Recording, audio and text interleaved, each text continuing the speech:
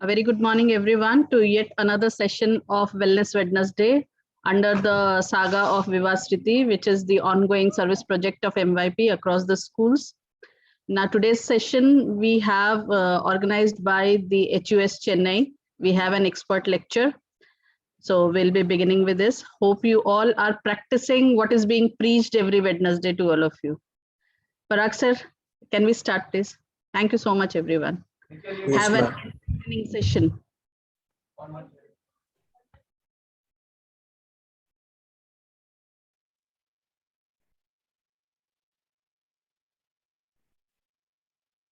A wholesome morning to all the students and teachers. I said wholesome morning for a reason. Yes, it is because our session today is focused on holistic well-being. We all wish to have a healthy and happy life.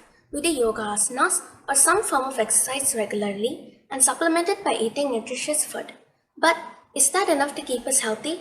It may help us have a healthy physical body, but will that guarantee a healthy mind or healthy emotional and social life or a healthy spirit, which are vital components to a happy life? We need to start focusing on holistic well-being, not just physical well-being. Our guest speaker for the session is Mr. Siva Srinivasan, Head of Secondary of HUS, who is a passionate promoter of holistic well-being. A seasoned yoga practitioner, Mr. Siva is actively involved in evolving practices that help people achieve holistic well-being. Without further ado, I invite Mr. Siva to start the session. A very happy morning to all of you. I'm extremely glad that you're all here to be part of this session on holistic wellness. A recent research by World Health Organization to find out what are the factors that cause the health issues in people. They found out that more than 60% of the health issues are being caused by stress-related factors such as depression, anxiety, loneliness, and even sleep deprivation. And more importantly, majority of this 60% of population were physically fit and fine. So this reaffirms the fact that being healthy is not just about keeping your physical body well. It's about keeping your emotional aspect of health, mental aspect of health, and spiritual aspect of health also in good shape. So our thoughts and actions, our thoughts and emotions influence our systems in the body. When you have negative thoughts and negative emotions, they can adversely impact the cardiovascular system, heart and the blood cells, nervous system, the brain, spinal cord, and even the digestive system, which is the liver, and most importantly, the immune system, which is a defense mechanism against illness. So the result is clear. We cannot focus on one aspect of well-being to the exclusion of others. We need to strike a balance so that we have all the four aspects of well-being taken care of: the physical, the mental, the emotional, and also the spiritual aspects. So first, what is physical well-being? Physical well-being is nothing but whether the body listens to you or not, how nimble you are, how light the body sits on you. When you want to do something physically, are you able to do it without any discomfort? Is your body flexible, strong? So it's all about how fit and fine you are physically. That's your physical well-being. Mental well-being is about keeping your thoughts in control. In control, I mean being aware of when the negative thoughts enter your mind and able to divert your attention and focus to something positive. And also able to focus on something which is at hand with full dedication so that you are not distracted by any other impulses or instincts. So that you are free from anxiety, depression caused by all those external factors, even thoughts which are negative in nature. The emotional well-being is all about your relationships, because as humans, the most basic need is the need to get approval from others. We always seek approval from others. That's why we have relationships. We want good things to be heard about us from all of the people around us. So the emotional aspect is basically how well we are interacting with other people. All right. So finally, we come to the spiritual well-being. The spiritual well-being is all about going beyond yourself, transcendence of self. How much contributing you are to the society. How much of your effort, time and money is spent outside of your selfish circle. So all the four aspects of well-being have to be addressed so that we can call ourselves to be holistic. Well, I mean, we are all having this holistic wellness. So it's a task, all right? Why it's a task? Because all of us know what we need to do. But when it comes to action, it's very difficult to completely carry out the actions because we are living in a digital distracted world where every minute there is a distraction in digital form that consumes our attention, craves for your attention, and you are distracted easily. So to reinforce how important it is to stick with your actions when it comes to implementing what is required to achieve holistic wellness, let me take you through a study done by Stanford University researchers in 1960. In 1960, the Stanford University researchers invited the nursery children aging between 4 to 6 into a room, one after the other. Inside the room, there was just a chair and a table. And they placed a marshmallow on the table. And they told each one that they would get 2 marshmallows if he can resist the temptation to eat the marshmallow for 15 minutes. So if they don't eat the first marshmallow, after 15 minutes, they will get a second marshmallow. So there were 90 children as participants. So when they finished this study, they found that most of the children couldn't resist the temptation. They gave in and they ate the first marshmallow without waiting for the second one after 15 minutes. But there were also few children who could resist the temptation and waited for 15 minutes to get the second marshmallow. They were able to delay the instant gratification. And what the researchers did, they tracked the lives of these children till they attained the age of 40 to 50. And strikingly, the children who resisted the temptation to eat the first marshmallow so that they can get the second one did exceedingly well in all aspects of life, be it academics, be it professional lives, be it their family life, be it their financial lives. They did exceedingly well. They were healthy, they were having good relationships, and they progressed well in their career. In contrast, those children who couldn't resist the temptation of eating the first marshmallow did not as well as expected. So the decision or the result is very clear. When we delay the instant gratification, we get to reap the results of all the good actions that we can do. And one more important aspect is these children who resisted the temptation were again told to come for a research in their 50s when they reached the age of 50. So in 2013, they were taken to a room and they had this fMRI scan, functional magnetic resonance imaging scan, which revealed the brain activity in their brain. They were told to get involved in a task which involved a high amount of self-control. So when they were exerting their self-control, the brain scans revealed a high amount of neural activity in one particular area of the brain. And that area of the brain is responsible for our self-control. That area is called the prefrontal cortex. The prefrontal cortex is just behind our forehead, between our eyes. It's a lobe of brain which has connectivity to all parts of the brain, but that part of the brain called the prefrontal cortex controls our emotions, controls where our attention is directed. So if we can make that prefrontal cortex our partner, so that we can have our actions done without any distractions, then we can implement whatever we need to do to harness this holistic well-being. All right. So it's so important that we pay attention to our thoughts, our emotions, and consciously we divert our focus from distractions towards the actions which need to take, so that we are not lacking in the effort needed to implement the holistic wellness in our lives. In this session, I'm going to take you through scientifically proven techniques that can improve your focus and attention so that you can consciously be aware of what's going on in your body, in your mind, so that you are in control of what you are going to do.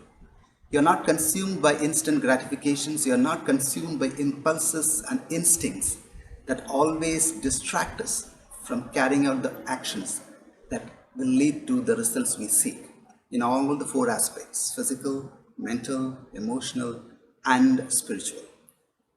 So, let us dive into the scientific techniques which have been proven to improve our focus and attention, and which kick our prefrontal cortex into high gear so that all the energy is focused on what we need to do rather than spent on things that are distracting our attention.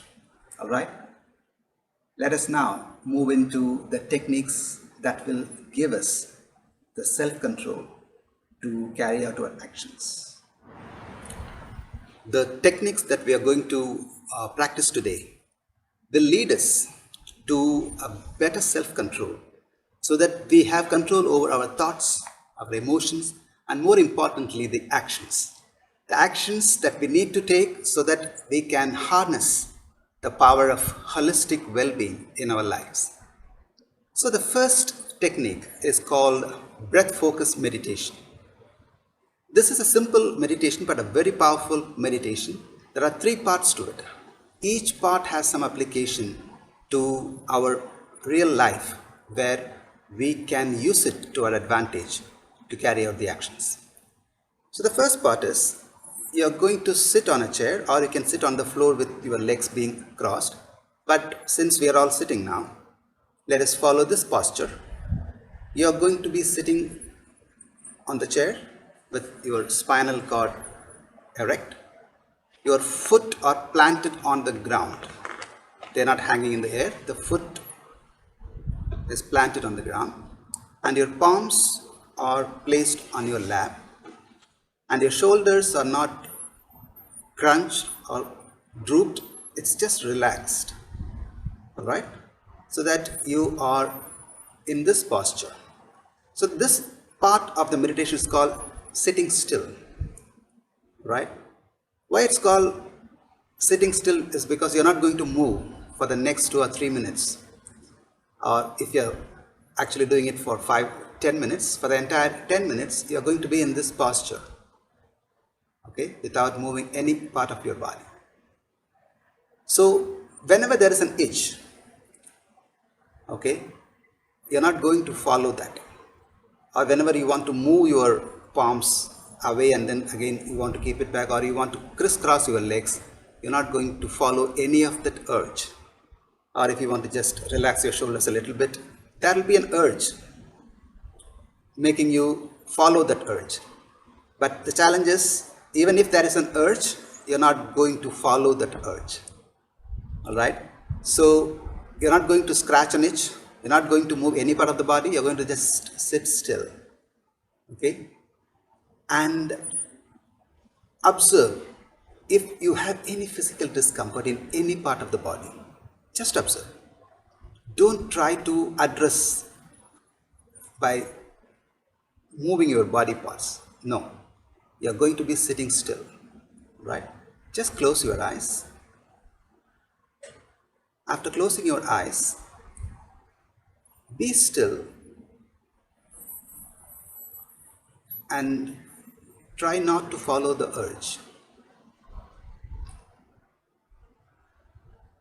So when you are doing this part of meditation for quite some time, you get a practice that will train you not to follow every impulse that your body or brain produces. So in your real life, you may encounter situations where your brain will say something or your body will say something, but you will not follow the instructions of both body and the brain. You decide not to follow them. That's the first step in self-awareness. You are becoming aware of the impulses that are being produced by both your body and the brain. The first step towards self-control. Now keep your eyes closed. Now the second part of the meditation is to focus on your breath. Just breathe normally. Don't stress or don't hold your breath. Just focus on the breath, the inhalation and exhalation part of your breath, and keep sitting still. You are in a relaxed position, but yet you are still and you are just focusing on your breath.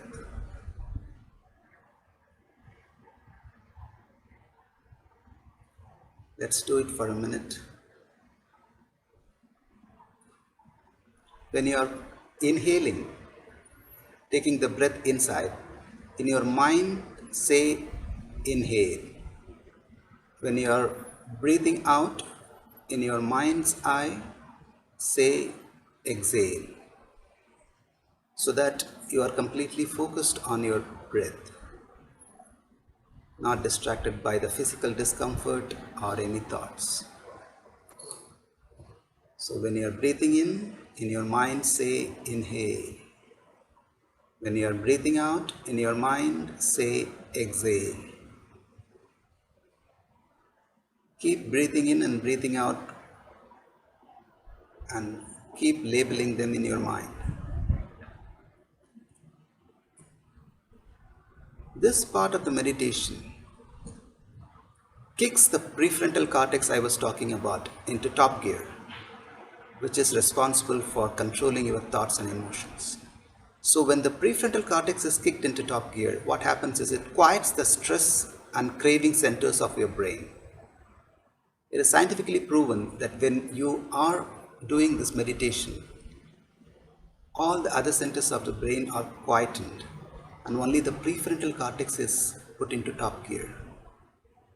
And you are in a state of body and mind to carry out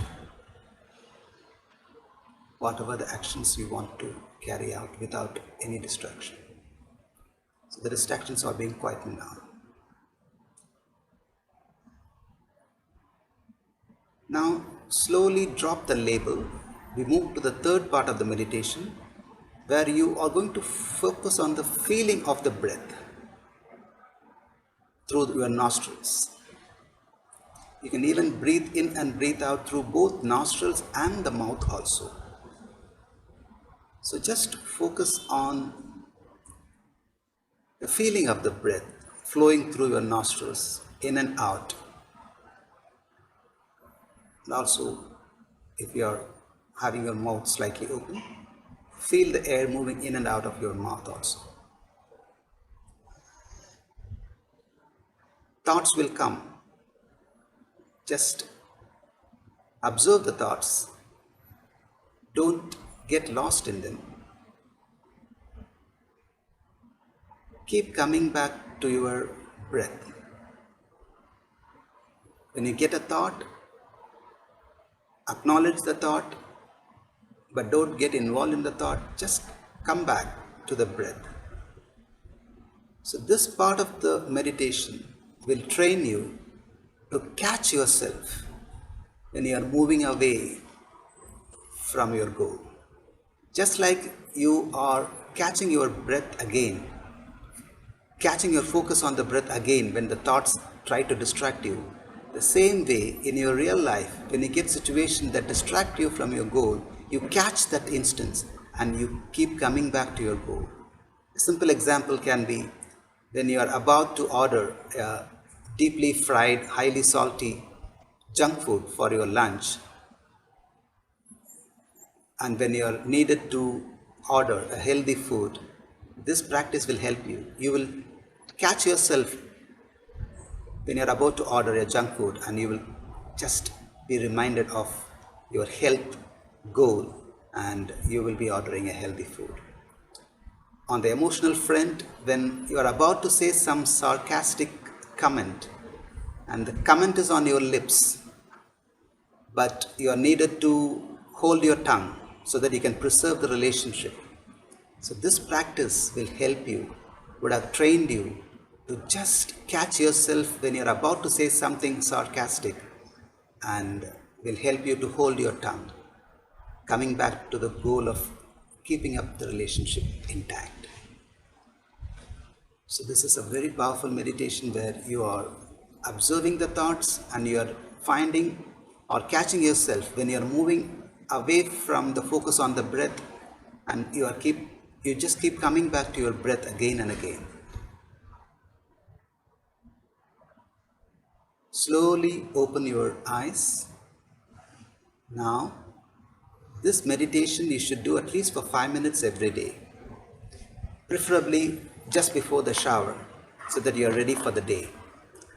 And when you are habituated to this meditation, you can increase the time to 10 to 15 minutes, so that you are trained fully in coming back to the goal when there is a distraction.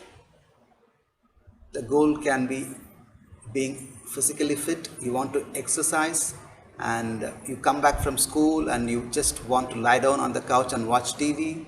At that time, your goal is to exercise. So this practice will enable you to just focus on the goal and get up from the couch and start hitting the floor or the gym for the exercise.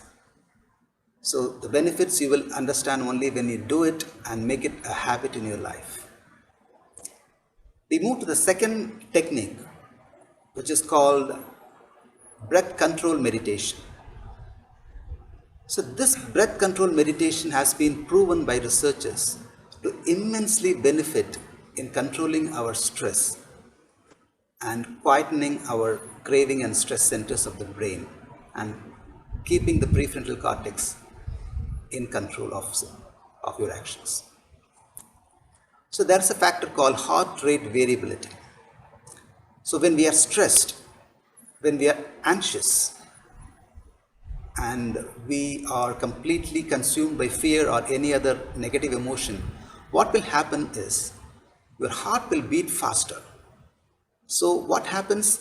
The time interval between the heartbeats, the variation in the time intervals between consecutive heartbeats is reduced. Okay, so that is harmful for your heart, and also bad chemicals are released as a result of this anxious response. So what you need to do here is you need to quieten your heartbeat so that the time interval, the variation in the time interval between consecutive heartbeats is increased. All right. So you are making your body calmer, and you come to a state of peace where your prefrontal cortex will help you to be conscious about your goal, and you are not consumed by distractions or impulses. All right. It's a very powerful meditation. So let us just practice this for some time so that you integrate this into your life. What you need to do now is, for 1 minute, just observe how many breaths you take. One breath is nothing but inhalation and exhalation. For example, so I have just inhaled and exhaled once. This is called one breath, right? So I will ask you to start. When I say start, you just start counting how many breaths you take in a minute.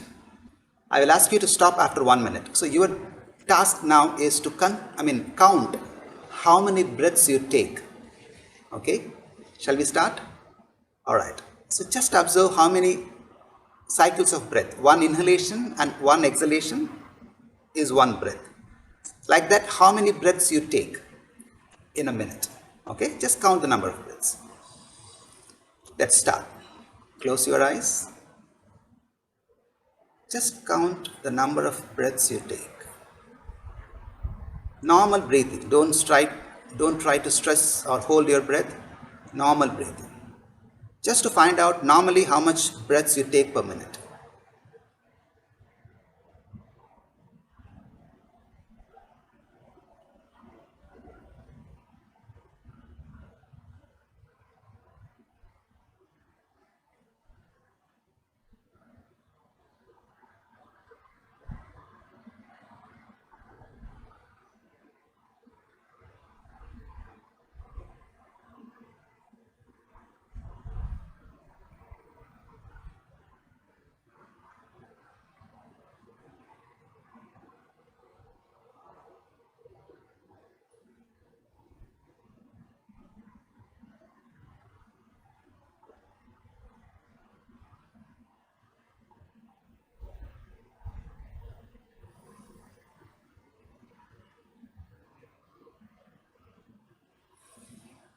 Stop. Slowly open your eyes. Now, every person would have got different numbers now. When I did this with my students, most of them were saying around 20 to 25, the number of breaths they took, most of them. Some of them said it is about 15 breaths per minute. Some said it is about 12 breaths per minute. Whatever your number is. Do you want to know what is the ideal number when you want to completely focus on the task at hand, or you want to kick your prefrontal cortex that will help you in self-control? 4 to 6 breaths a minute.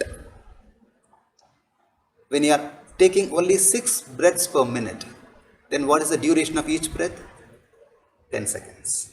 When you are taking just 4 breaths per minute, what is the duration of each breath? 15 seconds. When you are completely adept in this practice, it is possible to get just 1 breath per minute. Okay? 1 breath per minute. That will be an ideal situation where you are completely focused and all the distractions are removed from your consciousness. Alright? But it's a long way to go. Alright? So whatever your number now, so ideally, for example, you are getting 20 breaths per minute. Let us try to reduce it to 10 breaths per minute through practice. So how to reduce the number of breaths? Sit in a relaxed position, foot on the ground, palms on the lap, body is relaxed. You are going to inhale and then you are going to purse your lips, just like imagining you are exhaling through a straw. Okay? You are going to inhale through the nostrils, like. But when you are exhaling, you are going to purse your lips like this. Just imagine you are holding a straw in your mouth and you are exhaling through the straw. Okay? Just observe once. I will just request you to count how much seconds I take for one complete breath. Okay? Start.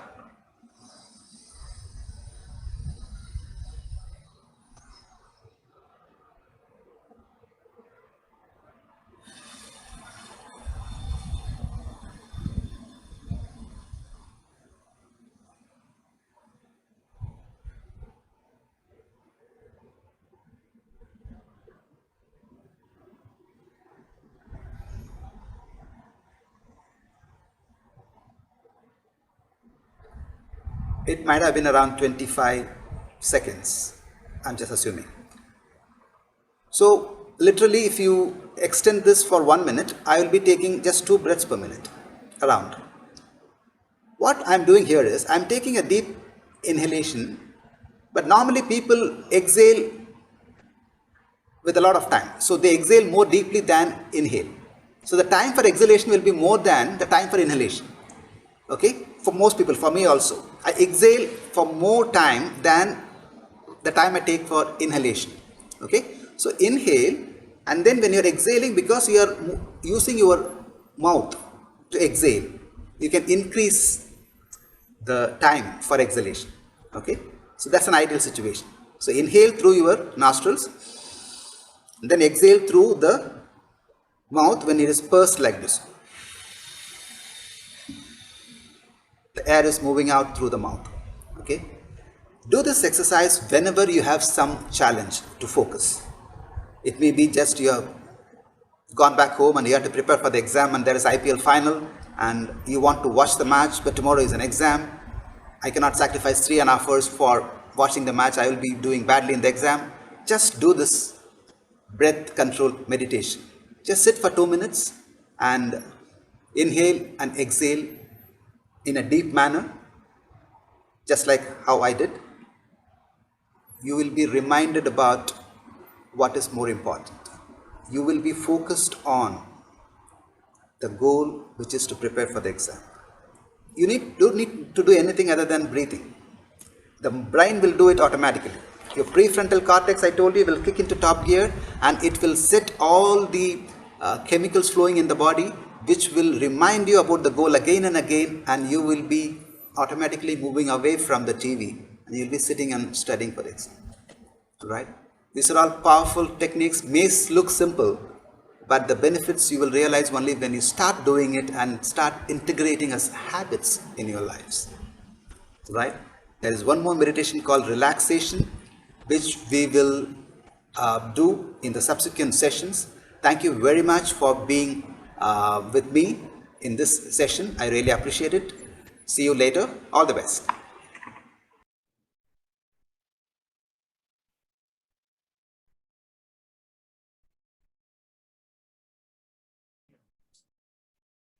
Thank you so much to everyone present here. Thank you so much, Shiva sir. Hope we'll take away a lot of learning from here. Thank you, Kumani. We can just end the session now. Thank you so much, Ms. Deepa. Thank you to Shiva sir for such a wonderful session. This is going to go a long way to help all of us. Thank you so much. Have a nice day.